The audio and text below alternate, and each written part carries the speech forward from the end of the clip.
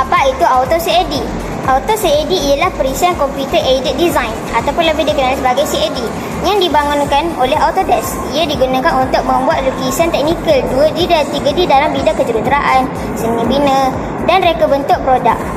Antara fungsi-fungsi utama ialah membuat lukisan 2D seperti pelan bangunan, pelan mekanikal dan pelan elastik. Membuat model 3D untuk produk, mesin atau komponen. Menyokong simulasi dengan pengukuran untuk memastikan reka bentuk tepat.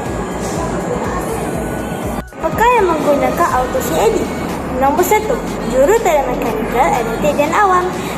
Nombor 2, arkitek dan pereka bentuk bangunan.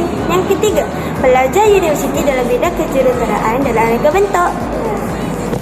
Penggunaan ialah reka bentuk komponen mesin, lukisan pelan bangunan dan simulasi aliran, pelarin atau struktur sebelum dibina.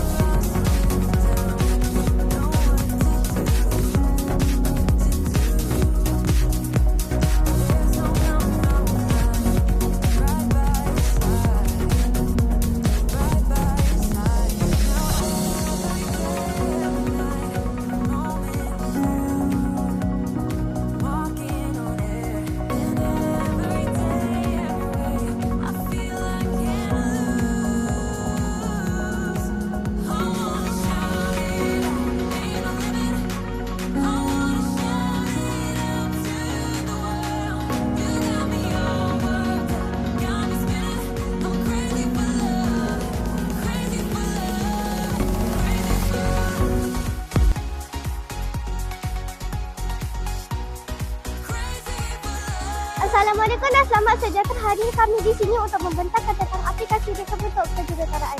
Aplikasi reka bentuk kejuruteraan ialah proses menghasilkan produk ataupun sistem untuk menyelesaikan masalah dalam kehidupan. Dalam kehidupan seharian, kita sering untuk mencari pelbagai masalah. Contohnya, masalah menyimpan buku untuk lebih kemas dan untuk mudah dicari. Jadi ialah proses reka bentuk kejuruteraan. Antara langkah-langkahnya ialah mengenal pasti masalah, mencari idea, melakukan reka bentuk, membina model dan menambah baik produk.